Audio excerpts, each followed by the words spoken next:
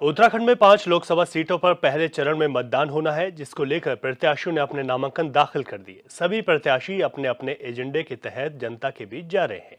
इसी को लेकर हमारे संवाददाता अरुण सैनी ने पौड़ी लोकसभा सीट से कांग्रेस प्रत्याशी गणेश गोदियाल से खास बातचीत की।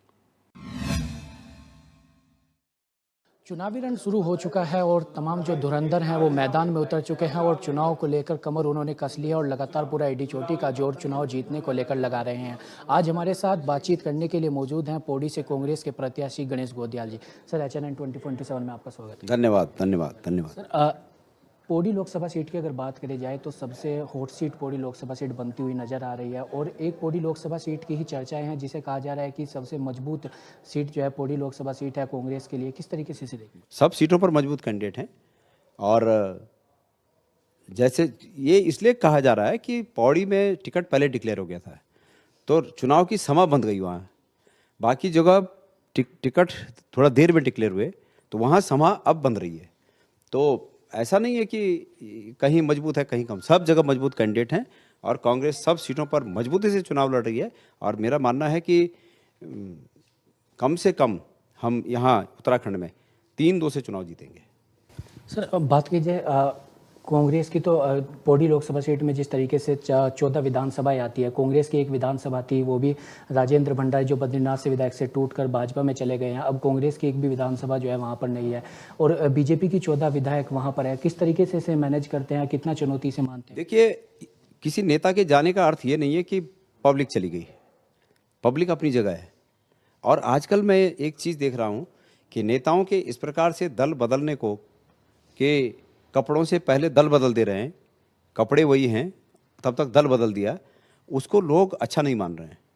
तो लोग निश्चित रूप में इस बात की खार खाए बैठे हैं कि इस प्रकार के जो कोशिशें हैं उन कोशिशों को सबक सिखाना है।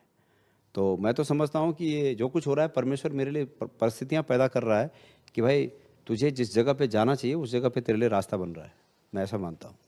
सर, मुद्दों की बात करें तो क्या कुछ मुद्दे आपके रहने वाले हैं पौड़ी लोकसभा सीट को लेकर? 50 बार मैं मुद्दे बोल चुका हूँ, फिर बोल देता हूँ आपके पास कि सबसे बड़ा मुद्दा यह है कि केंद्र की सरकार ने पिछले 10 साल से जिस प्रकार लोगों की कोहनी में गुड़ लगाया है, वहाँ तक लोगों का मुंह तो जा ही नहीं रहा है कि खाएं कैसे। सपने दिखाए जा रहे हैं। कभी ये सपना था कि भाई अच्छे दिन आने वाले हैं, वो सपना दिखाया, लेकिन लोगों के दिन खराब हो गए, उनके नेताओं के दिन अच्छे हो गए। फिर सपना दिखाया गया कि 2 करोड़ नौकरी प्रतिवर्ष आएंगी, लोग नौकरी की तरफ आस देख रहे थे। जय शाह जी जो कि अमित शाह जी के बेटे हैं, उनकी तो परमानेंट नौकरी लग गई, लेकिन लोगों की नौकरियां ख़त्म हो गई, ये भी लोगों ने देखा। अब सपना दिखाया जा रहा है कि राम राज आने वाला है। तो और वो कब आने वाला है कि 2047 तक हम विकसित हो जाएंगे। अब 2047 का नारा देने वाले तब तक रहेंगे ही नहीं, तो किससे जाके पूछोगे? तो ये ठगने की बात है, ये कोहनी पे गुड़ लगाने वाली बात है कि ये गुड़ यहाँ पे लगा दिया, अब खाओ, वहाँ मुंह नहीं जा रहा है, कैसे खाएं? तो लोग इस बात को समझ रहे हैं और यही हमारे मुद्दे हैं जो आम आदमी के मुद्दे हैं और लोगों को ये मुद्दे सब निश्चित रूप में समझ आ रहे हैं। सर, अनिल बलूनी कह रहे हैं कि अगर वो चुने जाते हैं पौड़ी लोकसभा सीट से तो पलायन को रोकने का काम करेंगे। आपके क्या एजेंडे हैं? अगर आप चुनकर आते हैं तो आपके क्या एजेंडे? पहले तो मैं बलूनी जी को आपके चैनल के माध्यम से पूछना चाहता हूँ कि 6 साल तक उनके हाथ बांधे थे किसी ने? वो 6 साल से MP हैं। वो इस बात को स्थापित करने में लगे हैं कि वो नए व्यक्ति हैं। वो नए व्यक्ति नहीं हैं यहाँ की राजनीति में। वो 6 साल से यहाँ के लिए MP हैं और 6 साल से किसी ने उनके हाथ नहीं बांधे थे कि आप पलायन को मत रोको। 6 साल क्या किया उन्होंने? 6 साल राज किया। राज क्या किया? ठाठ किया, यही किया और क्या किया? तो वो इस बात की, पहले उनको इस बात की जवाबदेही है उनकी कि 6 साल में उन्होंने जो जो काम वो करने की बात कर रहे हैं, उन कामों के लिए 6 साल क्या किया उन्होंने, तो इसका जवाब दें वो। और जहाँ तक मेरा प्रश्न है, जनता मैंने कहा है कि जनता अगर मुझे आशीर्वाद देगी, जब हम राज्य में विधानसभा के लिए वोट मांग रहे थे तब गणेश गोदियाल ने कांग्रेस के अध्यक्ष के रूप में कहा था कि आप हमें आशीर्वाद दीजिए और हम उत्तराखंड को बेरोजगारी से मुक्त करेंगे। लेकिन चूंकि आज मैं विधानसभा का चुनाव नहीं लड़ रहा हूँ, राज्य की सरकार स्थापित करने के लिए चुनाव नहीं लड़ रहा हूँ, केंद्र की सरकार स्थापित करने के लिए चुनाव लड़ रहा हूँ, इसलिए मैं आप जनता से ये कहना चाहता हूँ कि आप मुझे आशीर्वाद दीजिए। और मेरा जो ये पहले का संकल्प है कि मैं उत्तराखंड को बेरोजगारी से मुक्त करूँगा, मैं उसके लिए अब केंद्र के स्तर पर प्रयास करूँगा, क्योंकि अब मुझे वो प्लेटफॉर्म मिलेगा। अगर जनता मुझे जिताएगी तो मुझे संसद का प्लेटफॉर्म मिलेगा, सरकार बनेगी तो यकीनन गारंटी के साथ मैं उत्तराखंड के संसाधनों पर आधारित रोजगार सृजन के लिए व्यापक योजना बनाऊंगा और इसके बिना कोई दूसरी योजना नहीं बन सकती कि हमारे स्थानीय संसाधनों के अलावा कोई ऐसी बात नहीं हो सकती कि हम रोजगार दे सकेंगे। यही एक बात है कि हमारे स्थानीय संसाधनों के आधार पर रोजगार के अवसर पैदा करके हम लोगों को रोजगार देंगे।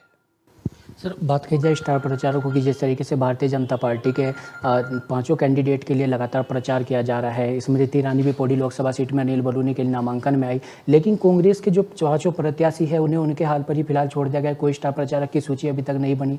प्रभारी का दौरा हुआ था 2 महीने से, कुमारी शैलजा जो प्रभारी हैं वो भी नहीं आई। इसका मतलब है कि भारतीय जनता पार्टी के प्रत्याशी अपने पैरों पर खड़े नहीं हो पा रहे हैं।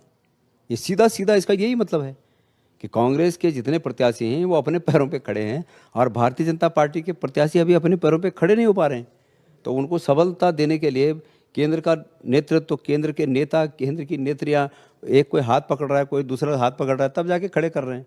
तो ये मुझे लग रहा है हम लोग, हमारे स्टार प्रचारक गढ़वाल क्षेत्र की जनता है, हमारी माताएँ, हमारी बहनें, जिनका आपने नाम लिया, केंद्र के उस मंत्री से कहीं कम नहीं है। हमारी एक एक बहन उन पर भारी है। तो हमारी स्टार प्रचारक को तमाम बहनें हैं जो कल मेरे नॉमिनेशन में आई थी।